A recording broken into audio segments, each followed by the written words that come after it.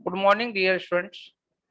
NCERT class 10th का mathematics का solution चल रहा है, जिसमें आज अपन करने वाले हैं एक्सरसाइज नंबर 1.3। देखिए एक्सरसाइज 1.3 में किस तरह के क्वेश्चन है और उनसे अपने को कैसे डील करने हैं, एक एक क्वेश्चन करके अपन आगे बढ़ेंगे।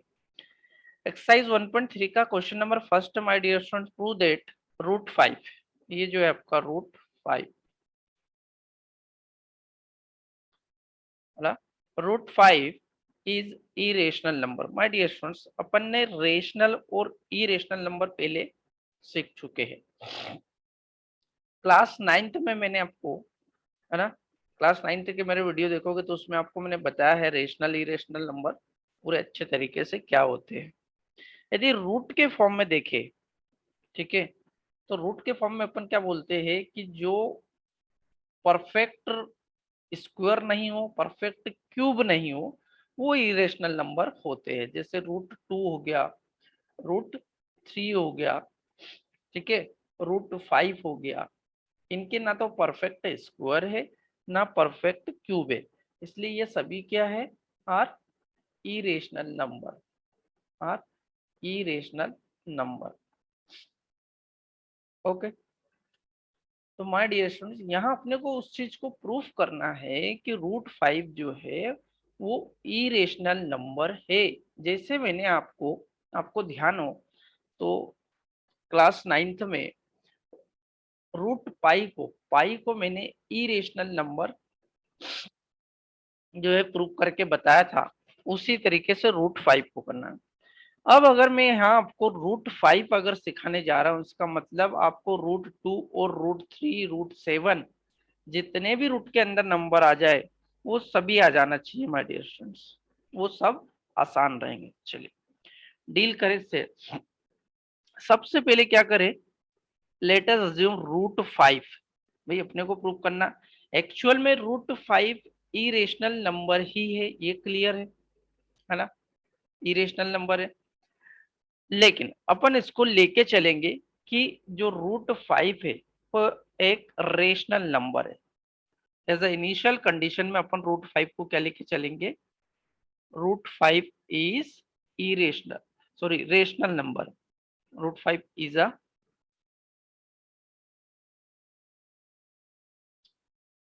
√5 is a rational number, rational number,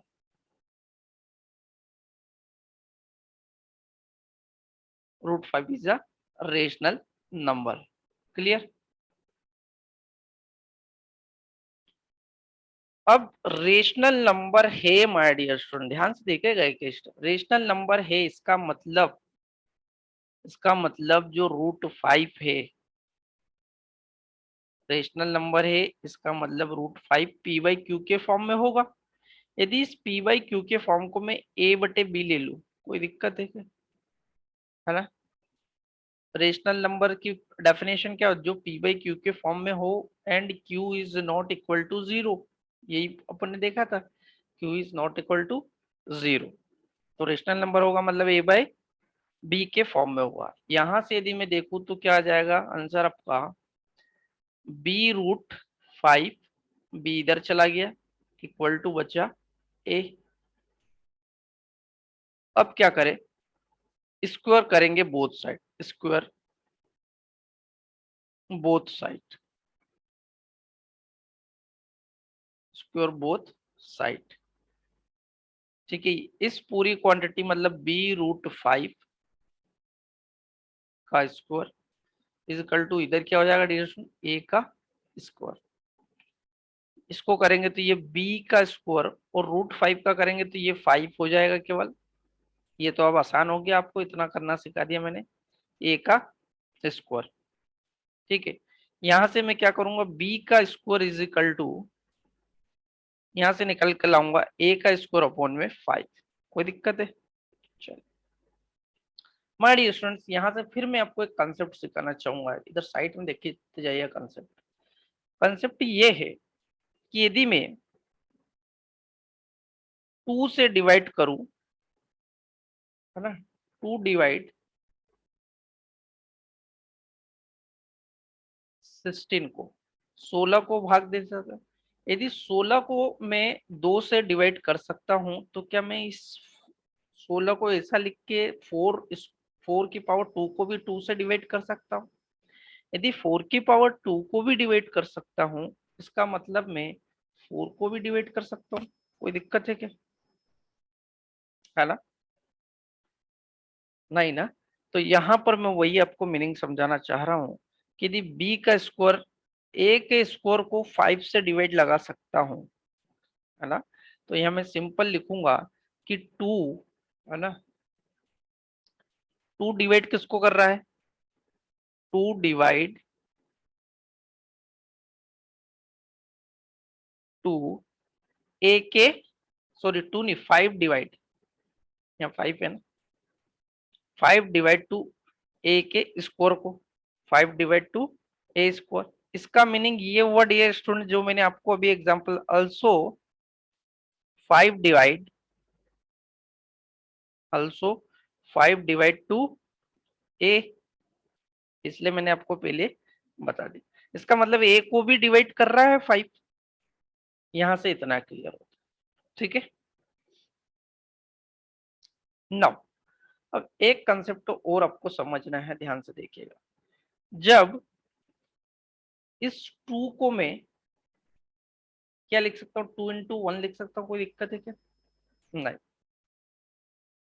4 को मैं 2 into 2 लिख सकता हूँ प्राइम फैक्टर करने पर, आज ही सीखा अपन लास्ट क्लास में। 6 को मैं 2 into 3 लिख सकता हूँ, है ना? ध्यान से देखिए, इससे जब मैं करते जाऊंगा माय डियर स्टूडेंट 100 पे पहुंच गया सपोज, ठीक है, तो 100 को मैं 2 into 50 लिख सकता हूँ, कोई डाउट? कहने का मतलब सिंपल सा डियर स्टूडेंट्स कि जब मैंने इसके प्राइम फैक्टर करे तो मैंने देखा कि प्राइम फैक्टर में कॉमन कितना आ रहा है? 2। कॉमन कितना आ रहा है? 2। एक एग्जांपल लिया मैंने, कॉमन कितना आ रहा है? 2। और उसके बाद 1 2 3 चेंज हो रहा है। यदि ये जो चेंज, देखो एक चीज तो कॉमन हो गई तो यहाँ से तो मैंने कॉमन ले ली, और जो चेंज वैल्यू हो रही इसको मैंने एक कांस्टेंट मान लिया सी। कोई दिक्कत है? एक कांस्टेंट मान लिया सी डियर स्टूडेंट्स। ये था 2 का केस, ये था 2 का केस। अपने पास यहाँ 5 है, यदि यदि मैं 5 का केस देखूं तो ये हो जाएगा 5C। ठीक है, अब ध्यान से देखने वाली बात ये है कि इफ यहाँ क्या करे, इक्वेशन नंबर इसको जो मैंने 1 दिया है, ठीक है, यदि मैं put a is equal to 5C put कर दो, है ना, a is equal to 5C, 5 is a common और ये constant, 5 is a common and c जो है कांस्टेंट है। तो इक्वेशन क्या बन जाएगी? b square is equal to a का स्क्वायर मतलब 5, c का स्क्वायर अपॉन 5। कोई दिक्कत? ठीक है, क्या हो जाएगा इसका आगे देखेंगे तो B square is equal to, ये हो जाएगा 25 सी का स्क्वायर अपॉन 5। यहाँ से आ जाएगा B square is equal to, ये 5 से 25 बार कट जाएगा, सॉरी 5 से 5 बार कट जाएगा, यहाँ आ जाएगा 5C का स्क्वायर। ठीक है, अगेन देखा तो ये बी स्क्वायर के अपॉन में 5 चला जाएगा, बचेगा कौन? सी का स्क्वायर। यहाँ पे क्या क्लियर हो रहा है माय डियर स्टूडेंट? ध्यान से देखना, यहाँ पे भी जो 5 है वो डिवाइड किसको कर रहा है? 5 डिवाइड, है ना, यहाँ लिख देता हूँ 5 divide 2 B square and also, इसका मतलब ये कि जो 5 है वो डिवाइड करेगा तो बी को भी, यदि बी स्कोर को कर रहा तो बी को भी वो डिवाइड करेगा। यदि बी स्कोर को वो कर रहा है तो बी को भी डिवाइड करेगा। माय डियर स्टूडेंट, इसका स्क्रीनशॉट ले लीजिए या नोट डाउन कर लीजिए, मैं इसको रिमूव कर रहा हूँ थोड़ा सा। अब यहां से कंक्लूजन क्या निकला इस क्वेश्चन में मैं आपको बताता हूँ।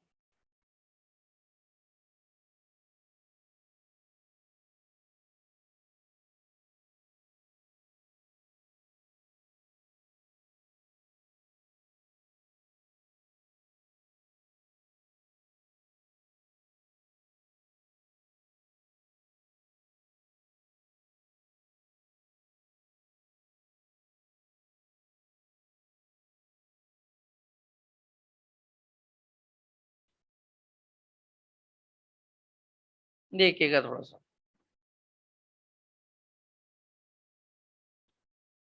अपन ने जब ए स्कोर को 5 से डिवाइड लगाया पहले, और इधर क्या लगाया, बी स्कोर को 5 से डिवाइड लगाया।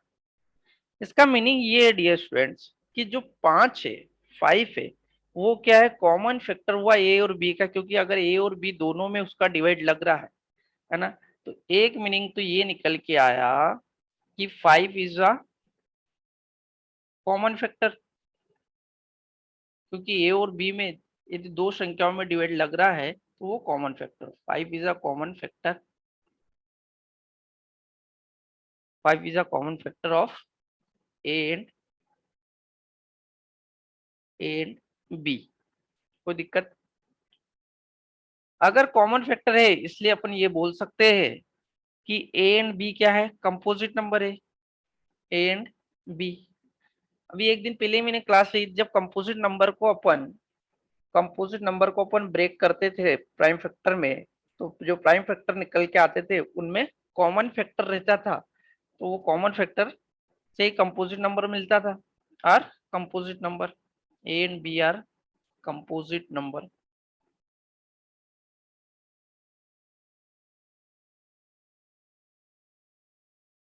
ए and B are composite number. इसका मतलब क्या, √5 जो है वो क्या हो गया, एक rational number.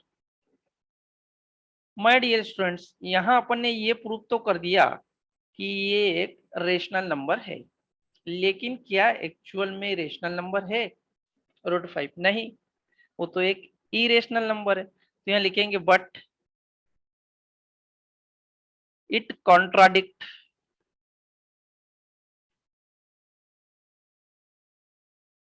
But it contradict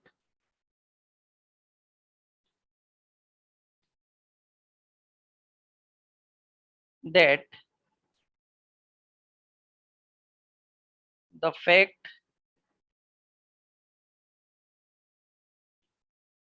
√5 is irrational, है ना। ये कॉन्ट्राडिक्ट है क्योंकि ये अपने को क्लियर है कि √5 क्या हो, एक इरेशनल नंबर है, ये अपने को पता है। इसलिए therefore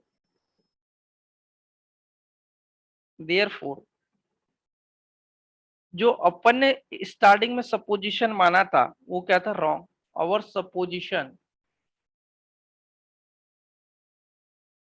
supposition is wrong, is wrong. इसलिए अपन बोल सकते हैं कि √5 इज अ इरेशनल नंबर। ठीक है, तो यहाँ इस एक्सरसाइज में जो क्वेश्चन है वो सारे ऐसे ही है।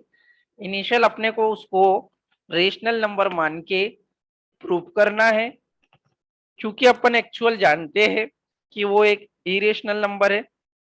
देन उसको अपने को वेरीफाई करके इरेशनल नंबर प्रूव करना है। ठीक है, clear? Note down this question. इसके बाद अपन नेक्स्ट क्वेश्चन पे चल रहे हैं।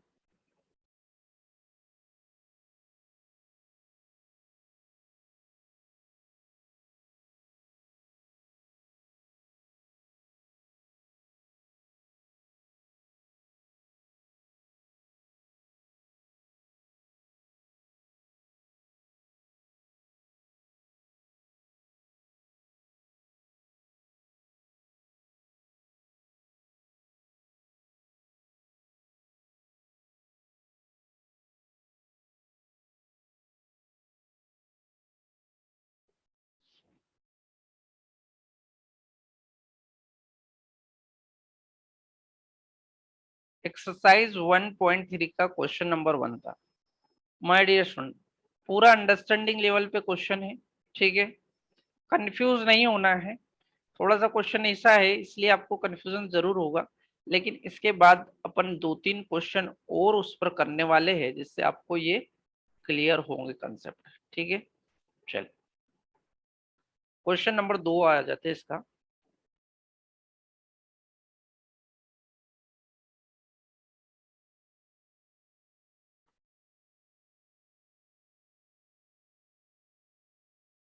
Question number 2,